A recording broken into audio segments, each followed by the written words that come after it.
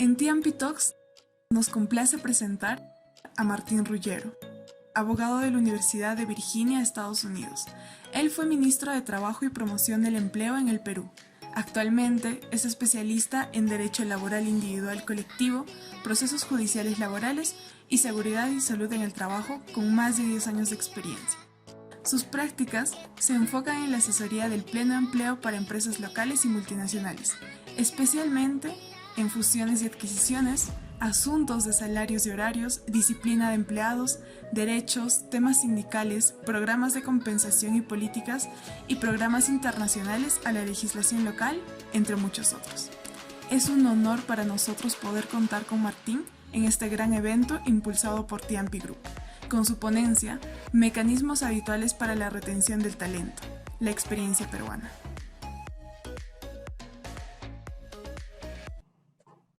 Muy buenos días, mi nombre es Luis Ceballos. Yo voy a tener el honor de poder moderar esta conferencia a cargo de Martín Ruggiero. Para mí es un placer poder escuchar justamente el día de hoy sobre cómo retener el talento desde este contexto peruano.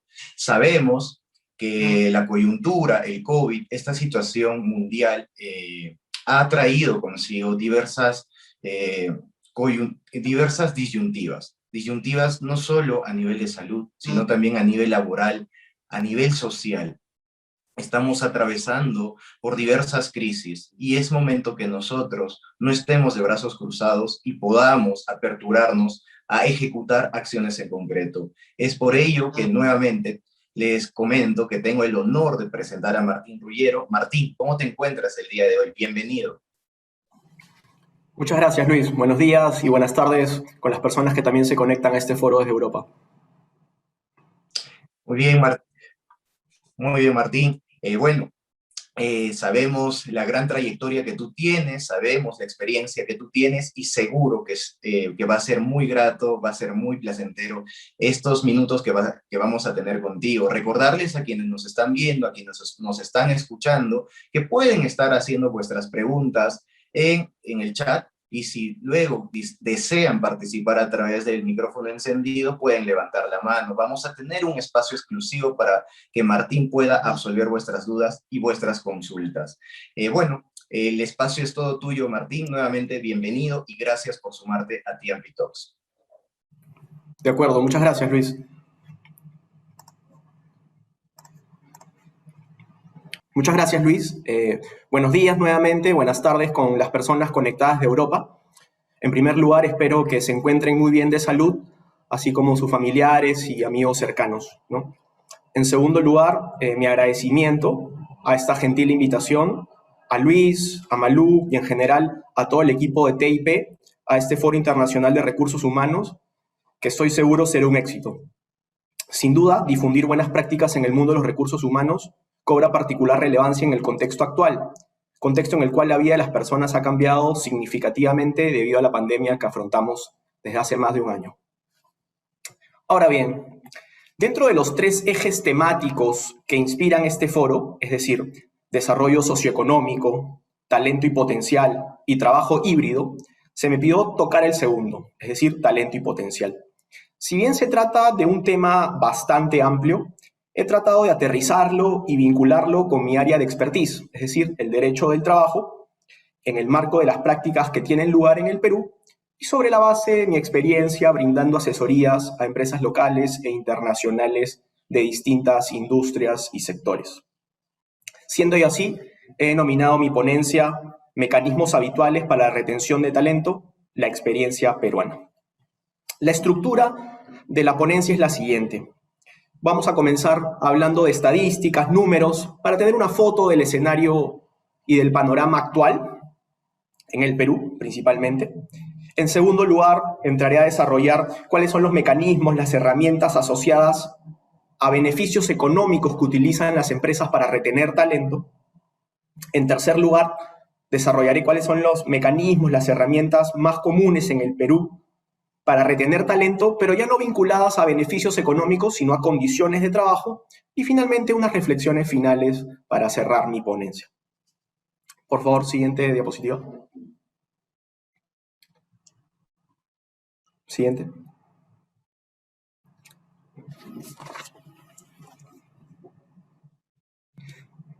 De acuerdo. En primer lugar, como les comentaba, creo que es importante conocer y analizar cifras laborales. Y estas son cifras actualizadas a diciembre del año pasado, ¿no? Aún no contamos con cifras del año 2021 en la medida que aún ni siquiera culmina el primer cuarter, ¿no? Pero esta información sí creo que es relevante para que nuestros compatriotas y las personas que nos ven desde otros países puedan conocer cómo es la contratación de personal en nuestro país. En nuestro país, el 65% de personas que prestan servicios en el marco de una relación laboral lo hacen en el marco de contratos de trabajo a plazo fijo. Mientras que un 35%, el 35% restante, lo hace en el marco de contratos a plazo indeterminados. Es decir, si bien la regla general en materia de derecho laboral es la contratación a plazo indeterminado, en nuestro país la excepción se ha convertido en la regla. Hay una clara preferencia por parte de las entidades empleadoras de utilizar los contratos a plazo fijo o también denominados contratos sujetos a modalidad. ¿Y por qué? ¿Por qué en el Perú las empresas prefieren utilizar los contratos a plazo fijo, renovarlos cada cierto tiempo y encontrar o buscar causas objetivas que sustenten la contratación temporal del personal? Creo que la principal causa que responde a que las empresas contraten a su personal bajo los alcances de un contrato a plazo fijo es que en el Perú existe estabilidad laboral absoluta. No porque así lo disponga la Constitución, no porque así lo disponga una ley. Existe estabilidad laboral absoluta en nuestro país en virtud a pronunciamientos o a sentencias del Tribunal Constitucional que datan del año 2000 y 2001. ¿Qué quiere decir que un trabajador tenga estabilidad laboral absoluta? Quiere decir que ante el supuesto de una desvinculación incausada, arbitraria, no justificada, el trabajador tiene dos alternativas. Una primera alternativa es solicitar el pago de una indemnización por despido arbitrario. Y como segunda alternativa, como segundo escenario, como segundo mecanismo, el trabajador puede solicitar su reposición en el empleo. Es decir, una persona que ha sido despedida sin causa alguna puede solicitar ser repuesto en su anterior puesto de trabajo. Por eso se dice que en el Perú existe estabilidad laboral absoluta, principalmente porque el Tribunal Constitucional, nuestro Tribunal de Garantías Constitucionales, así lo dispuso en jurisprudencia y sentencias que son de observancia obligatoria, ¿no? Es decir, existe una clara preferencia por la contratación temporal. Esto al Perú le ha traído como consecuencia que, por ejemplo, en los rankings del World Economic Forum, el Perú se encuentre en los últimos lugares en materia de flexibilidad, tanto en el ingreso como en la salida de los trabajadores, como en materia de meritocracia. El Perú, en estos rankings que evalúan la forma de hacer negocios en determinados países, las condiciones de empleo, las condiciones de trabajo, el Perú no ocupe lugares agradables, por decirlo menos. Siguiente, por favor. En la primera diapositiva vimos cuáles eran los tipos de contrato y las preferencias en su utilización por parte de los empleadores. En esta segunda diapositiva vamos a ver cuáles son las principales causas de desvinculación que implementan las entidades empleadoras durante las relaciones laborales. Un 44% de las desvinculaciones de los ceses responden al vencimiento del plazo previsto en el contrato de trabajo, ¿no?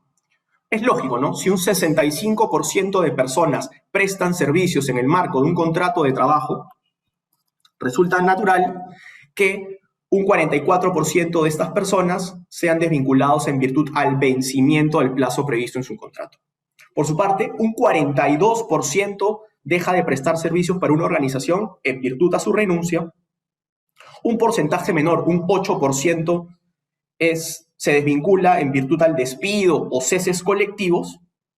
Y un 6% están las causales otros, ¿no? Como por ejemplo la ejecución o celebración de convenios de cese, el vencimiento del plazo, la jubilación o el fallecimiento del trabajador, entre otros supuestos o entre otras causas de desvinculación, ¿no? Un dato que considero relevante mencionar es que en el Perú, si bien la ley permite los ceses colectivos en la medida que involucren como mínimo al 10% de la nómina del personal de la organización, en los últimos 20 años los ceses colectivos que han sido aprobados por la Autoridad de Trabajo pueden ser contados con los dedos de la mano, ¿no? Existe una clara posición de la Autoridad de Trabajo de proteger el vínculo laboral y de no autorizar o desaprobar las solicitudes de cese colectivo. Siguiente, por favor. Cifras del Ministerio de Trabajo recogidas en un informe trimestral del mercado laboral, que lo pueden encontrar en la página web del Ministerio de Trabajo, ha hecho una proyección de cuáles van a ser las 10 ocupaciones más requeridas para el año 2021. En primer lugar, se encuentran los trabajadores agropecuarios, pesqueros y forestales. Resulta pertinente recordar que en Perú ha entrado en vigencia una nueva ley que regula el régimen laboral agrario, que otorga nuevos beneficios y mejores condiciones a este grupo de trabajadores. En segundo lugar, se encuentran los vendedores. En tercer lugar, vigilantes, trabajadores de servicios de información al cliente, personal de limpieza para hoteles y oficinas, conductores de camiones y autobuses, profesionales en operaciones financieras, técnicos en ciencias físicas y en ingeniería, ingenieros, analistas y desarrolladores de sistemas de información. Como señalaba, estas van a ser las 10 ocupaciones más requeridas para este 2021 a criterio de la Autoridad Administrativa de Trabajo en virtud a las proyecciones que vienen realizando. Siguiente, por favor. Ya que estamos hablando de talento, es un tema esencial discutir el tema de la rotación laboral, ¿no? ¿Dónde se encuentra Perú en promedios, en índices de rotación laboral? En Perú el promedio de rotación en los puestos de trabajo es alrededor del 20%, mientras que en América Latina es alrededor del 11%, ¿no?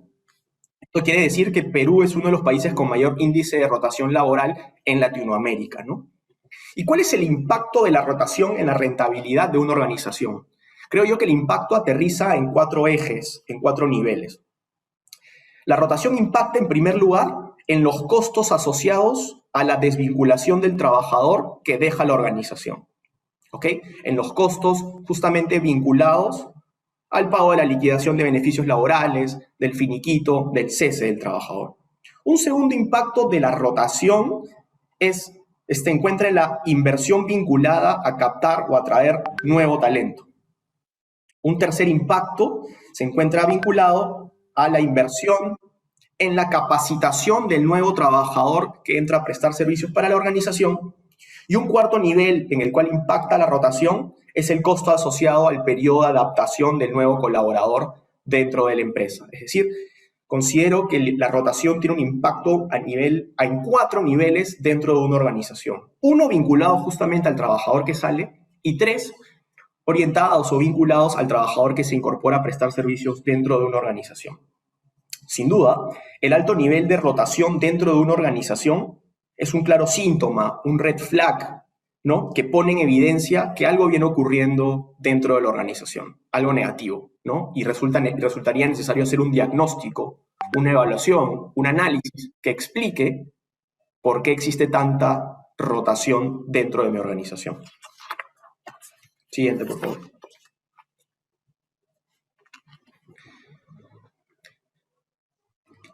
En este cuadro analizamos qué motiva a los trabajadores a aceptar una nueva oferta de trabajo en el Perú.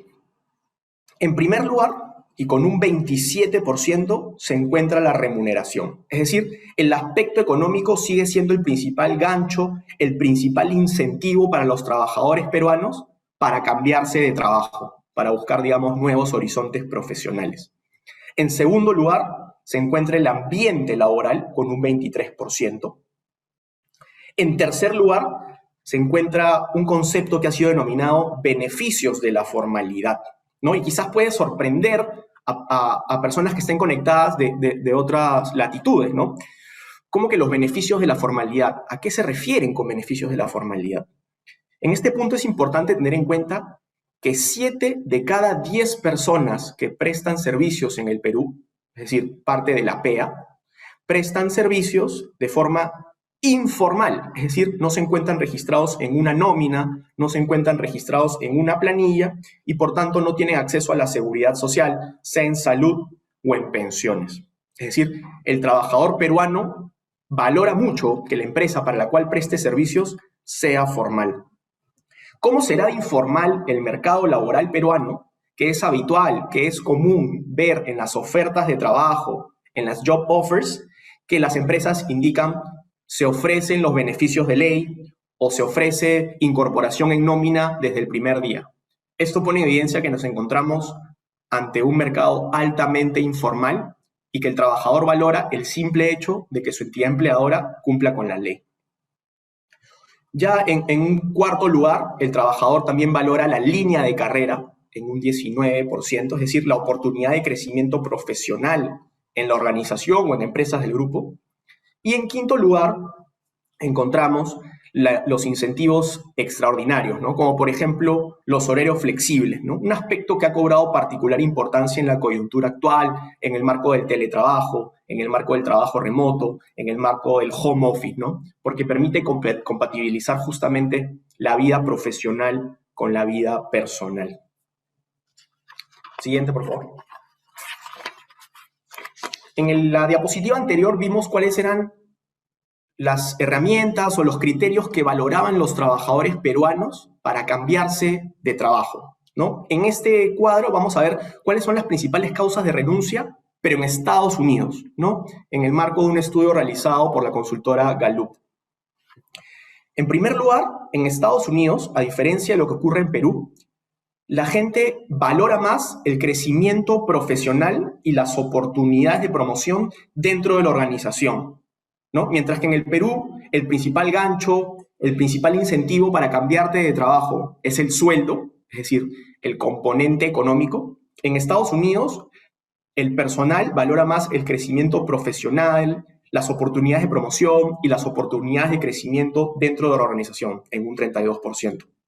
En segundo lugar, sí aparecen los sueldos y beneficios económicos.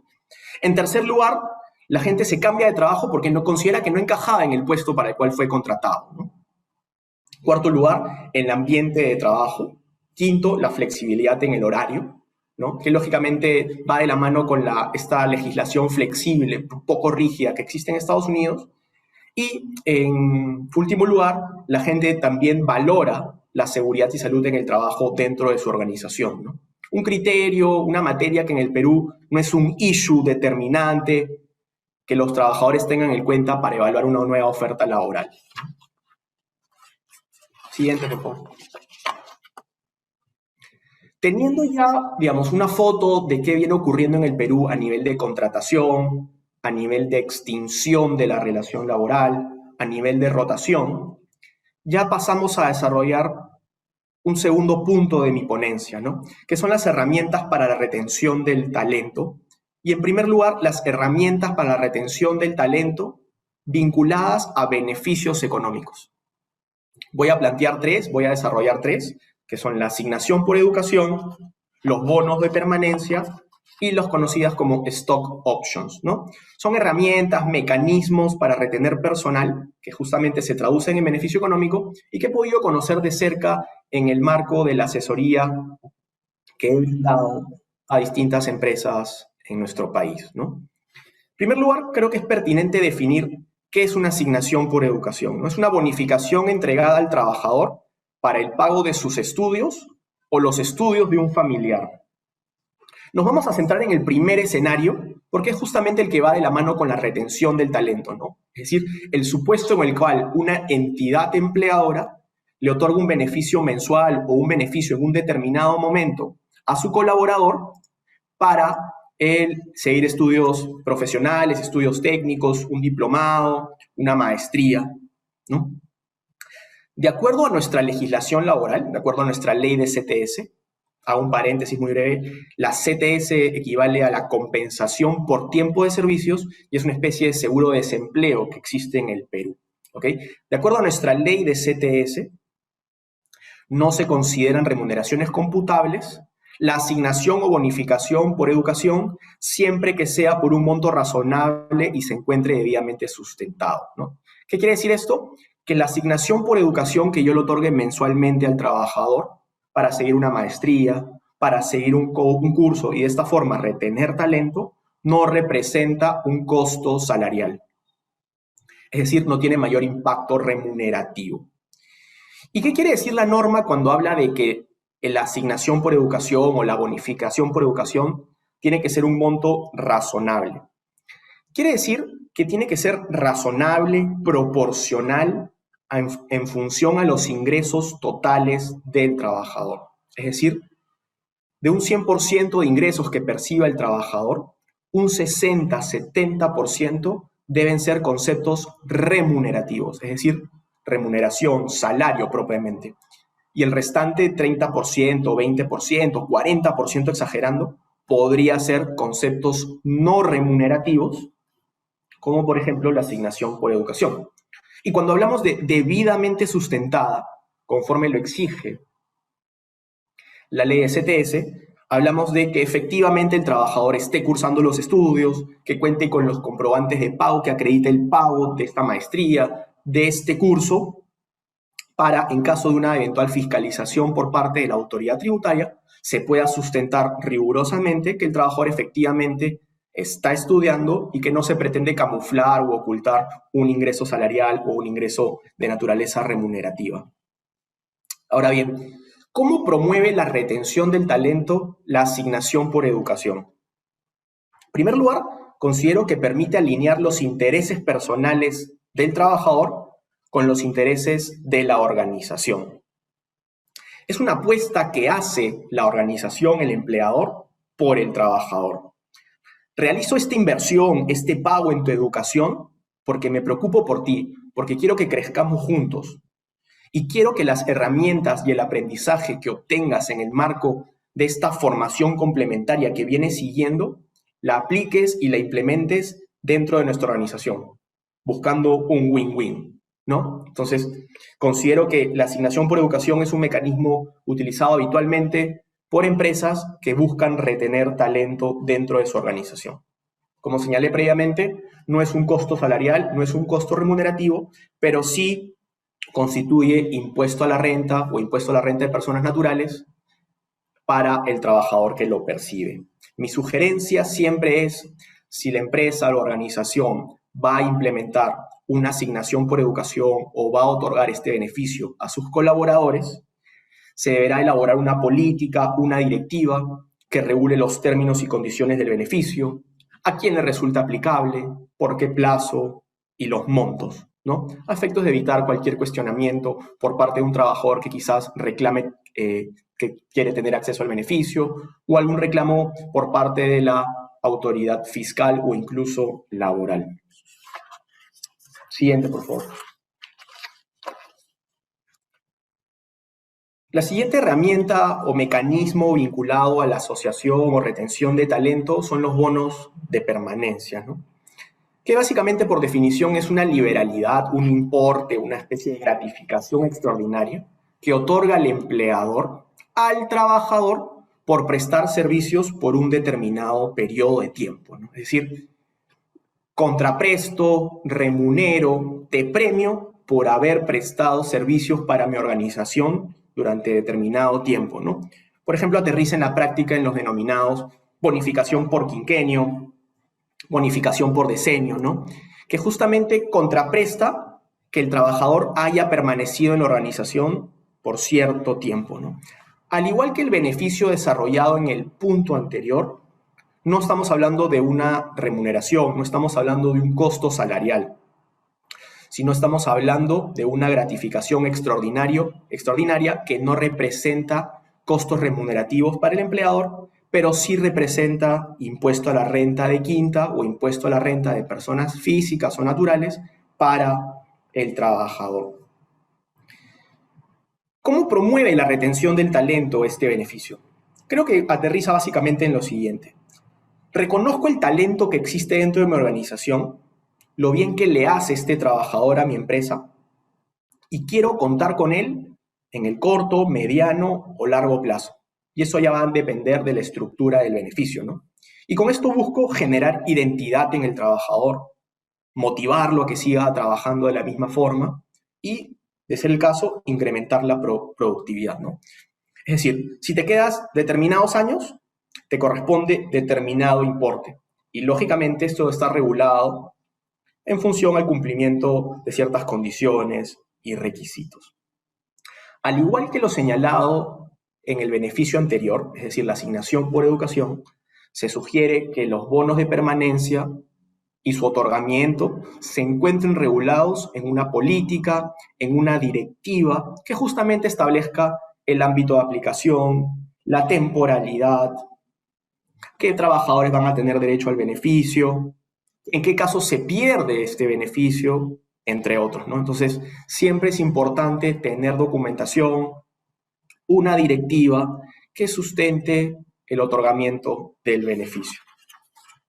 Siguiente, por favor. Como tercer herramienta, mecanismo para la retención del talento dentro de una organización, he podido ver en el Perú que se utilizan las stock options, ¿no? Stock options, básicamente, si hacemos una traducción literal de este término anglosajón, quiere decir la posibilidad o la opción de adquirir acciones, ¿no? Y justamente esa es la definición que he consignado, ¿no? Es la posibilidad de adquirir acciones de la empresa en el futuro a un precio fijado al momento de otorgarse la opción, luego de cumplir un determinado periodo de permanencia o de cumplir metas planteadas. Es decir, se le da al trabajador la posibilidad de adquirir o tener acciones de la organización o de la empresa para la cual presta servicios o, en algunos casos, de la matriz de la empresa. ¿Qué permite esto? Alinear intereses personales, alinear incentivos personales con los intereses que existen dentro de la organización, porque el trabajador va a tener acciones de la empresa para la cual presta servicio. Es un win-win, ¿no?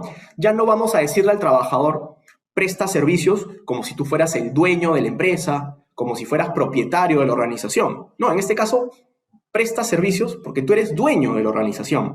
¿Qué mejor incentivo para el trabajador que otorgarle este beneficio, hacerlo parte de un paquete accionariado para que el trabajador justamente se identifique con los ideales, con la cultura de la organización?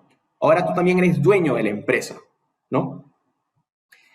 En los startups también está ocurriendo un fenómeno similar, que se otorgan no propiamente stock options, es decir, no propiamente opciones para adquirir acciones, sino que se están otorgando propiamente acciones, ¿no? Para atraer y retener talento.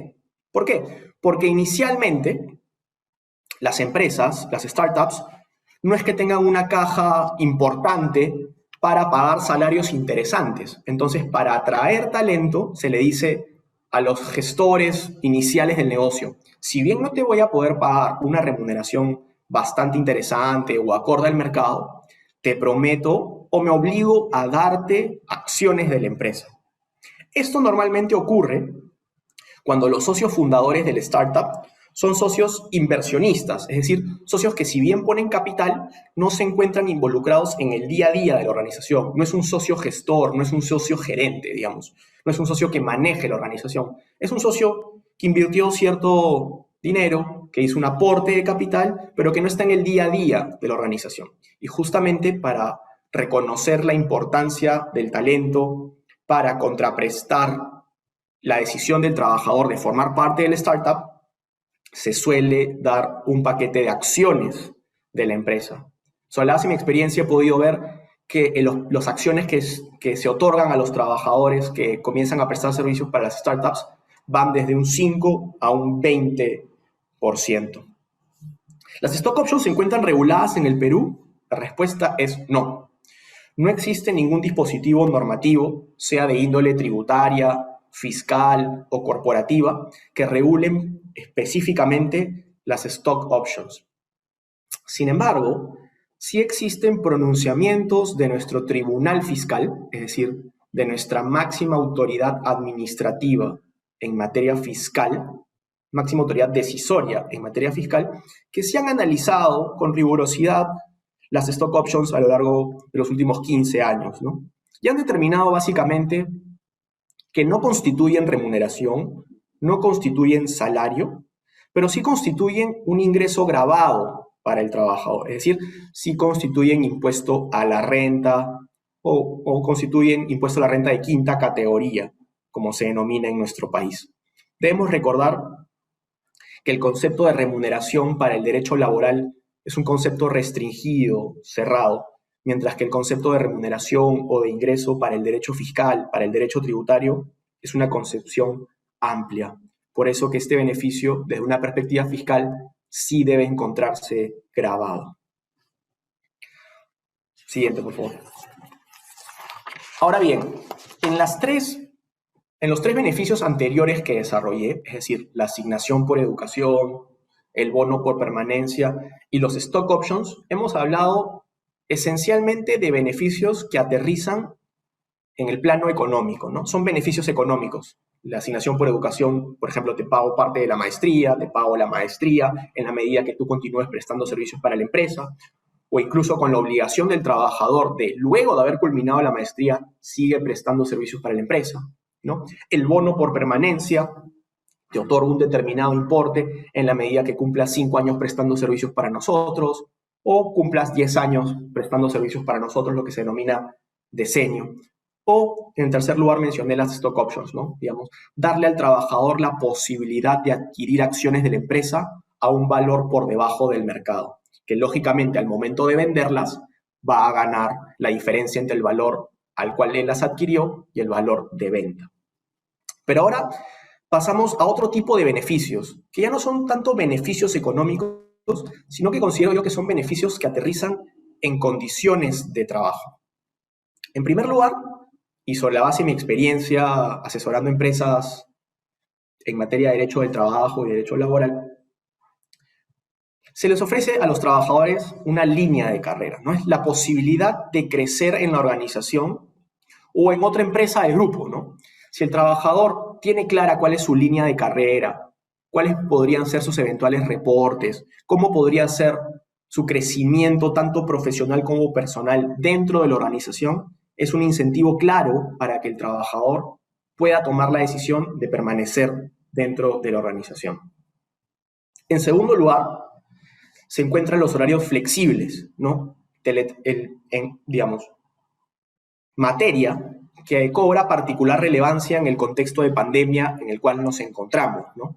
Un horario flexible que pueda compatibilizar la vida familiar, personal, con la vida de oficina, con el teletrabajo, con el home office, ¿no? Hoy en día es una herramienta para retener talento crucial. Cada vez más son los clientes, las empresas que requieren nuestra asesoría para la elaboración de políticas de horario flexible, para las políticas de jornadas intercaladas, para la revisión, por ejemplo, de sus políticas o directivas en materia de home office, de teletrabajo, de trabajo remoto, de desconexión digital, ¿no? Entonces, es un tema hoy en día que está siendo muy analizado por los diversos empleadores. En tercer lugar, otro mecanismo, otra herramienta que utilizan las empresas para retener talento, si bien no de forma aislada, de forma como parte de un paquete, es el otorgamiento de beneficios superiores a los legales. Por ejemplo, las licencias.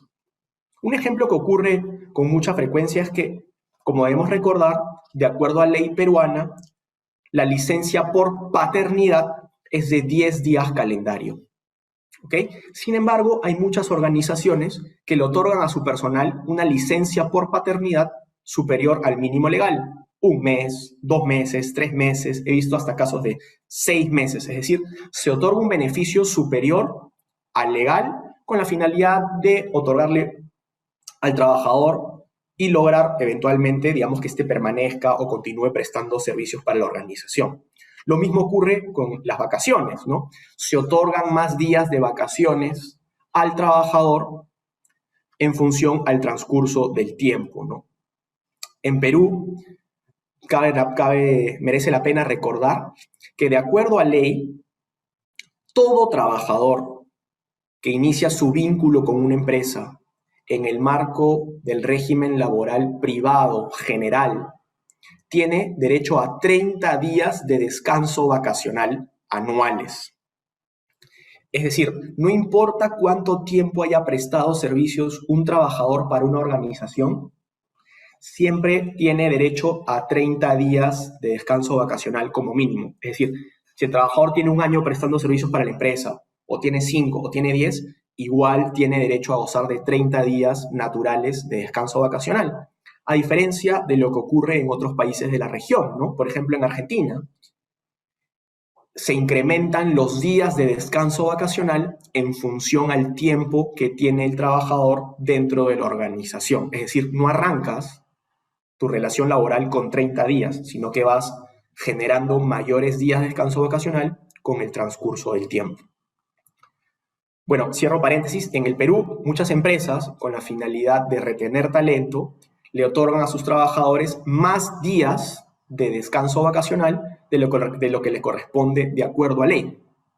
Recientemente he tenido la oportunidad de revisar una política, una directiva de una empresa, digamos, transnacional con operaciones en el Perú, que ya no establece un límite de vacaciones, ¿no? Que los denominan en realidad PT, Personal Time, y que el trabajador, de previa coordinación con su jefe, puede optar o implementar las vacaciones cuando él lo estime conveniente, sin límites. Es decir, no hay propiamente un periodo de 30 días de descanso vacacional, sino que el trabajador puede tomar los días de vacaciones que él considere necesarios, previa coordinación con su jefe. En cuarto lugar, he podido ver, por ejemplo, beneficios no económicos sujetos al cumplimiento de metas, ¿no? Adicionalmente al bono por cumplimiento de metas o a la bonificación por cumplimiento de metas u objetivos, en algunas empresas también se implementan unas llamadas cuponeras, ¿no? Que si realizas tal tarea, si cumpliste con tal función que se te encargó, con tal tarea asignada, te puedes tomar la tarde libre, puedes no venir a prestar servicios el día de tu cumpleaños, ¿no? Por ejemplo, si sales con buenos resultados en tu evaluación 360 o en tu evaluación de desempeño, de forma adicional al bono, por ejemplo, que te podía corresponder, se te otorga un día de vacaciones o incluso un viaje, ¿no? Otra herramienta u otro mecanismo de retención de personal que he podido ver en la práctica y que implementan las empresas son los planes de retiro y de jubilación, ¿no? Debemos recordar que en el Perú la edad de jubilación voluntaria es a los 65 años y la edad de jubilación obligatoria es 70 años, ¿no? Edad de jubilación obligatoria, también denominada jubilación guillotina. ¿Qué quiere decir esto?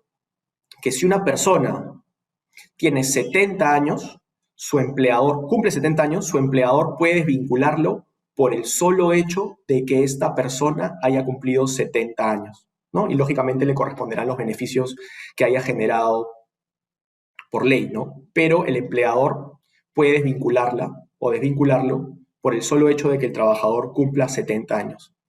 Siendo así, he visto planes de retiro, planes de jubilación dentro de distintas empresas que otorgan beneficios adicionales a los que le correspondería percibir al trabajador por concepto de jubilación o pensión al momento de su cese. Entonces, conforme señalé, he desarrollado 3 beneficios económicos vinculados a la retención de talento y he desarrollado 5 beneficios, digamos, no económicos asociados a condiciones de trabajo, también con la finalidad de retener talento. Siguiente, por favor. Aquí entramos a unas reflexiones finales que quería compartir con ustedes antes de dar por terminada mi ponencia y quedar atento a las preguntas que ustedes estimen pertinentes formular.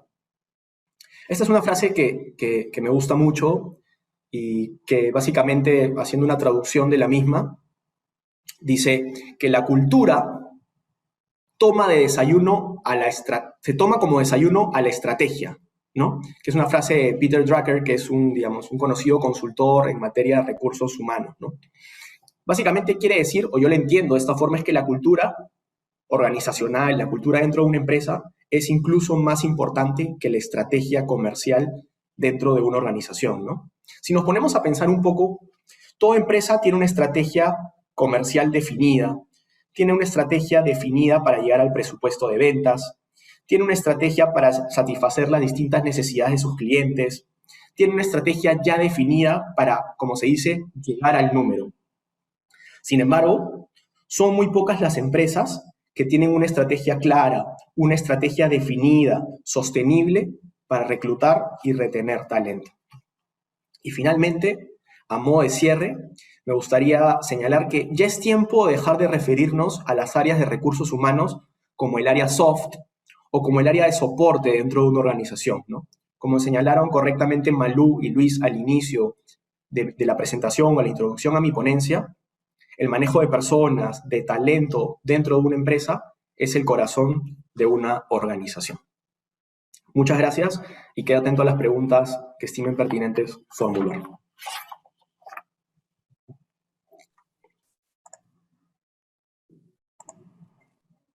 Muy bien. Martín, muchísimas gracias por notable conferencia. Los invitamos a que puedan seguir escribiéndonos a través del chat o a través del espacio, el Q&A, vuestras preguntas, vuestras dudas que tengan, que seguramente Martín las va a absolver en breve. Muy bien, antes de poder pasar a las preguntas, dejamos en pantalla los datos de contacto de Martín. Los compartimos. Él trabaja en este gran staff de abogados, entonces ahí dejamos los datos de contacto para que se puedan comunicar con Martín en caso tengan alguna duda, alguna consulta, y por qué no conectar también a través de LinkedIn. Nuevamente, Martín, yo a nombre de TNP te agradezco que hayas podido sumarte a este espacio de TNP Talks. El propósito de este espacio es poder inspirar acciones concretas para un mejor mundo laboral, y sabemos que tú lo vienes desarrollando desde los espacios laborales que te toca compartir. Entonces es por ello que estamos muy agradecidos, muy honrados con tu participación. Martín, pasamos en todo caso al espacio de preguntas y respuestas. Ya nos vienen dejando algunas preguntas muy interesantes. Y vamos a empezar con la siguiente. Estamos en un mundo complejo, en un contexto BANI, es un contexto diferente, la tecnología ha avanzado demasiado, la gestión de personas, si no nos adaptamos, se va quedando obsoleta. Ahora sí te vemos, Martín. Por fin, no sé qué había pasado, les pido disculpas, he estado tratando de conectarme y no sé qué había pasado. Pero bueno, ya estamos contigo, Martín. Entonces, como estamos en un contexto complejo, necesitamos adaptarnos de manera rápida. Entonces, aquí viene la primera pregunta. ¿Cómo podemos adaptar las condiciones para retener a los colaboradores que ahora trabajan en teletrabajo? ¿Cómo podríamos hacer ello? De acuerdo, es una muy buena pregunta. Yo creo que antes de tomar una decisión respecto a qué política o directiva podríamos implementar dentro de una empresa para justamente retener al talento o conocer cuáles son las inquietudes del personal que presta servicios en home office, en teletrabajo o en el Perú, el trabajo remoto, es justamente hacer una especie de sondeo, un diagnóstico, un censo, ¿no? Yo creo que ese debería ser el primer punto de partida.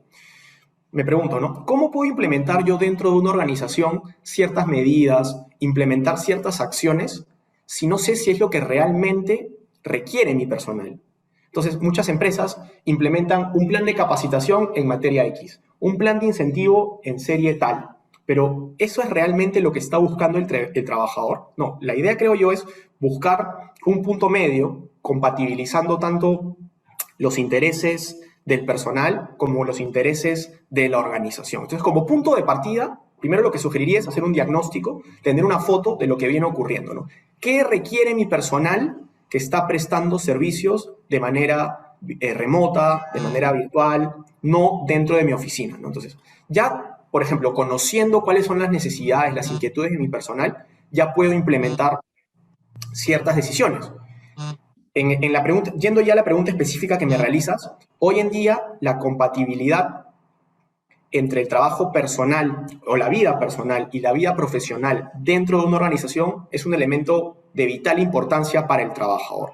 Entonces creo yo que hoy en día, en un contexto de pandemia, donde muchos trabajadores han migrado de prestar servicios de forma física, presencial, a prestar servicios de forma remota, a prestar servicios desde sus hogares o una oficina quizás distinta, creo que una primera medida para retener talento de personal en home office, en teletrabajo, es buscar o implementar una política que pueda compatibilizar vida personal con vida profesional.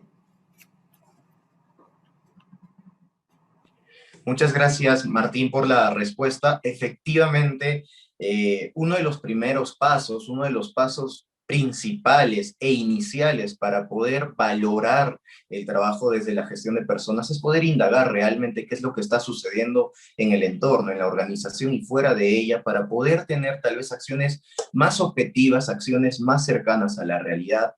Entonces, en ese intento de generar estrategia, ¿cómo nosotros podemos dejar de ser un área de recursos humanos auxiliar y ser el centro de la organización? Claro está que ahora la situación coyuntural nos ha mostrado que efectivamente recursos humanos ya no es algo apartado, alejado de la organización, sino es el centro de la misma. Pero ¿cómo estratégicamente, nos pregunta Jocelyn Flores, cuáles son estos primeros pasos para incluir el área de recursos humanos como área estratégica de una organización? Yo tengo ahí una frase que, para ser honesto, me la robé de nuestros amigos de Defensa Civil. En Defensa Civil siempre dicen, defensa civil es tarea de todos. No sé si recordarán esa frase.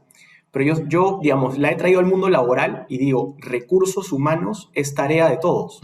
¿Qué quiere decir esto?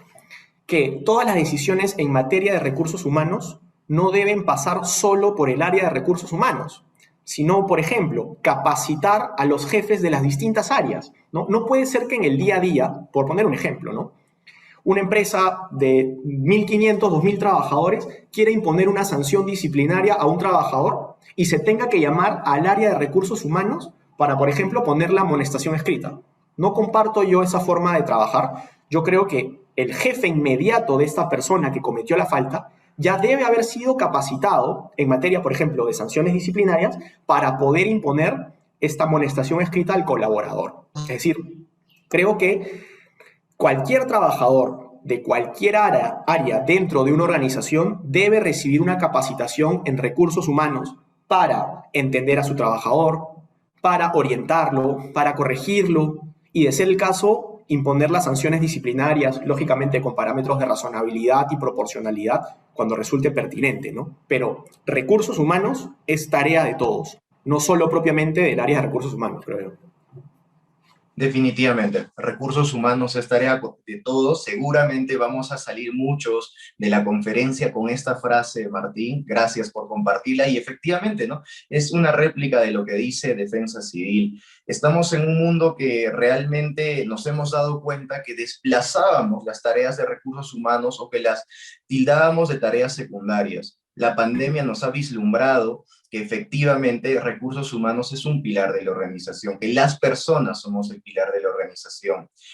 Sin embargo, nos queda un largo camino por recorrer. Martín, la siguiente pregunta es, ¿tú consideras que se valora en el sector público? Seguramente esto sucede también en otros países latinos, pero ¿tú crees que se valora realmente en el sector público el talento de las personas? ¿Se valora la gestión del talento?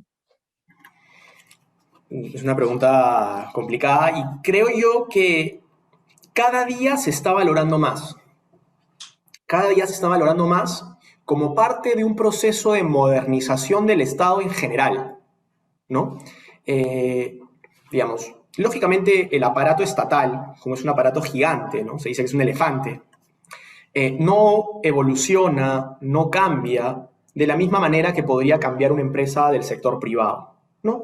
No solo por el número de trabajadores o servidores públicos que prestan servicios para el Estado, sino porque hay una serie de normas a implementar, lo que se denomina o aterriza en la práctica como burocracia, ¿no? Entonces, no es tan fácil hacer cambios en el Estado. Pero, respondiendo a tu pregunta, sí creo que ya hay una intención, una genuina preocupación de los servidores públicos de comenzar a valorar el talento cada día más, ¿no? Hay diría yo, una especie de renovación generacional dentro de los servidores públicos y una renovación también, diría yo, de mentalidad con la finalidad de valorar y retener talento. Un ejemplo claro en el sector público es lo que ocurre en el Banco Central de Reserva, ¿no? El Banco Central de Reserva tiene programas desde hace años, ¿no? Programas de verano, una serie de programas de capacitación para retener a su personal. Incluso el Banco Central de Reserva, que es una de las instituciones más prestigiosas del Perú, tiene como políticas, por ejemplo, pagarle la maestría a sus colaboradores, ¿no? Digamos, política o directiva que no se replica en otras instituciones, ¿no? Y que, creo yo, ha traído bastantes beneficios a esta organización. Entonces, a modo de resumen, diría que cada vez se está valorando más el talento.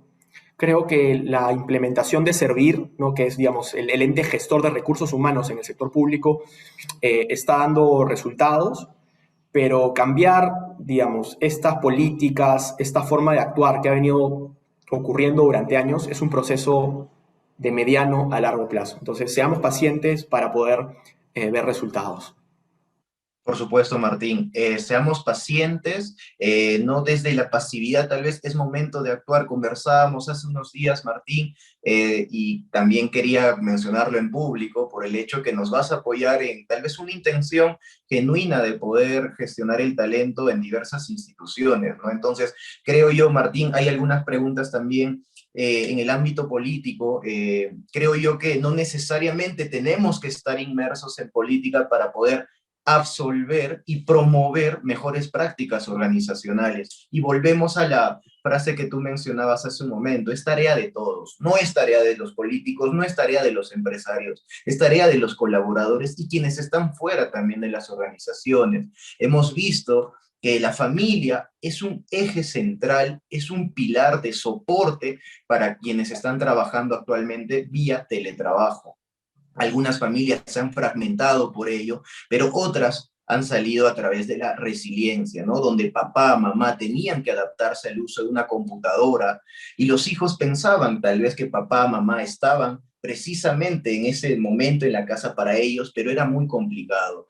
Martín, ¿cómo podemos promover un mejor mundo laboral desde el teletrabajo? Es decir, ¿cómo podríamos generar tal vez espacios propicios, estrategias propicias y ejecuciones concretas para impulsar realmente el teletrabajo y que no solo quede en que la organización probablemente te da el hardware, más no te complementa con todo lo que tendría que estar de soporte para la ejecución del teletrabajo?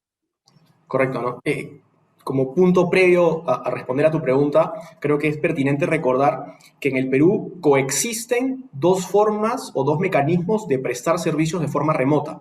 Una es la que tú correctamente mencionas, que es el teletrabajo, y otra es el trabajo remoto, que es una modalidad de prestación de servicios justamente no presencial que ha sido implementada con ocasión de la pandemia.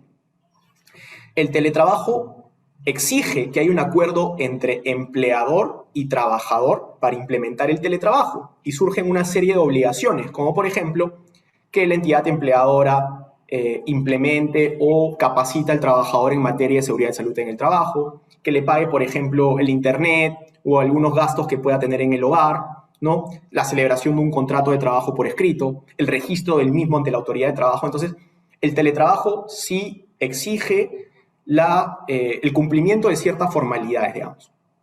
Por su parte, el trabajo remoto, que es esta medida implementada en el marco de la pandemia, diría yo que es una medida más flexible, menos rígida, que ha tenido mayor acogida por parte de los empleadores durante la pandemia. En primer lugar, a diferencia del teletrabajo, el trabajo remoto puede ser implementado unilateralmente por el empleador. Es decir, no tengo que llegar a un acuerdo con mi trabajador para poder implementar el trabajo remoto. Dos, no hay ninguna obligación por parte de las entidades empleadoras de asumir gastos vinculados al internet, la luz, digamos, ya dándole a las partes la libertad de llegar a acuerdos en ese sentido, pero no exige propiamente eso, ¿no? Esa obligación, digamos. El año pasado, por ejemplo, de acuerdo a cifras que me acuerdo haber revisado, en el Perú ya existían más de 200.000 trabajadores remotos, mientras que teletrabajadores estaban alrededor del 10% de ese monto, ¿no? Entonces, ¿qué pone en evidencia, creo yo, esto, ¿no? Que los empleadores optaron por el trabajo remoto porque era menos rígido, menos complicado. Y en una coyuntura como la actual, de pandemia, es justamente eso lo que necesitan empleadores y los trabajadores, ¿no? Entonces, si yo estoy trabajando en mi casa, y mi empleador está también desde su casa, mi jefe, o sea, facilítenme la vida, ¿no? No me pidan en ese contexto celebrar un contrato de trabajo por escrito, tener que registrarlo en el Ministerio de Trabajo, ponerme de acuerdo para el cumplimiento de determinadas obligaciones, ponerme de acuerdo para el cumplimiento de distintas formalidades, ¿no? Entonces, yo creo que va de la mano, ¿no? Por eso la acogida del trabajo remoto y no tanto del teletrabajo. Y el trabajo remoto va a estar vigente hasta el 31 de julio del presente año. Creo yo que podría extenderse y que incluso sugeriría yo que se implementen ciertas disposiciones del trabajo remoto al teletrabajo con la finalidad de flexibilizar este último, ¿no? Muchísimas gracias, Martín, por la precisión, que nos va a ayudar muchísimo para poder distinguir el teletrabajo y el trabajo remoto, que son dos situaciones totalmente diferentes. Gracias, Martín, por ello. Martín, hemos llegado lamentablemente a la parte final de haber compartido este enorme espacio contigo, Martín. En todo caso, nos gustaría, por favor, que nos puedas dejar una reflexión final en línea de lo que es la retención del talento, en línea tal vez del propósito de recursos humanos. Sin duda. Me remito a la frase que solté hace unos minutos. Recursos humanos es tarea de todos. No creo en las organizaciones que centran todas las tareas, todas las labores de recursos humanos en el área de recursos humanos. Creo en las organizaciones que se toman el tiempo de capacitar a su personal de distintas jerarquías, de distintas áreas, de distintos ámbitos, para que puedan tener una formación en recursos humanos, porque creo que en el día a día ayuda mucho en temas de productividad, en temas de creación de ambientes de trabajo y en temas de creación de una verdadera cultura organizacional, ¿no? Y en particular en un contexto como el actual, ¿no? En un contexto como el actual, yo creo que la gente, que ya no va necesariamente a la oficina todos los días, valora una empresa flexible, una empresa que los entienda, una empresa que los permita compatibilizar la vida personal con la vida profesional, ¿no? Entonces, antes quizás el trabajador peruano que iba presencialmente a la oficina valoraba quizás más el tema contraprestativo, el tema remunerativo, el tema de sus ingresos. Hoy en día creo que ha cobrado particular vigencia, particular relevancia las políticas de flexibilidad, las políticas de horarios flexibles, las políticas que permitan compatibilizar justamente la vida personal con la profesional. Y es, creo yo, a donde apunta el futuro del derecho del trabajo y de recursos humanos. Muchas gracias, Martín. Nuevamente te agradezco a nombre de TMP Group. Agradecemos también a las personas que han podido participar. Son 120 personas conectadas en este momento. Martín, realmente estamos muy agradecidos y muy honrados por la participación tuya y seguro que vamos a tener nuevas coincidencias. Hemos conversado previamente, nos vamos a ver en mayo y seguro que también les vamos a estar comunicando a todas las personas que se han conectado y ver de qué manera nos podemos sumar para tener mejores prácticas laborales. Muchas gracias, Martín. Hasta mayo en todo caso. Nos vemos muy pronto. Que estés muy Gracias a ti, bien. Luis. Gracias a tu equipo y a toda la gente de TIP. Y como lo dije al inicio de mi ponencia, auguro un éxito rotundo de este foro. Que estén bien. Muchas gracias. Muchas gracias. Chao. Chao.